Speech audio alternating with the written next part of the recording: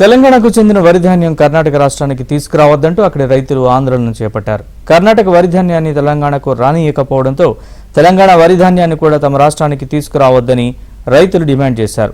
నారాయణపేట జిల్లాలో కర్ణాటక తెలంగాణ సరిహద్దులోని శక్తినగర్ వద్ద కృష్ణా బ్రిడ్జిపై కర్ణాటక రైతులు ఆందోళనకు దిగారు.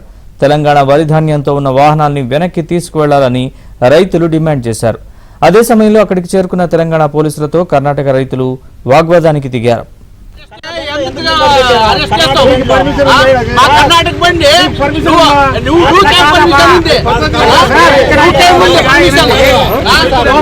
ఎక్కడైతే అమ్మొచ్చు కదా మేము ఎక్కడైతే అమ్మొచ్చు కదా మరి ఇక్కడ నిర్మాణం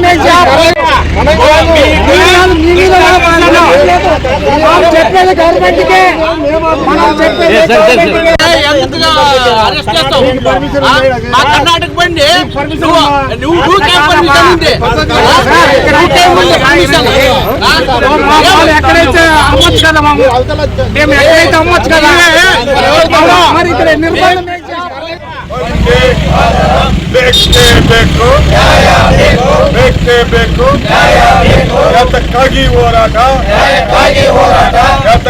ಹೋರಾಟ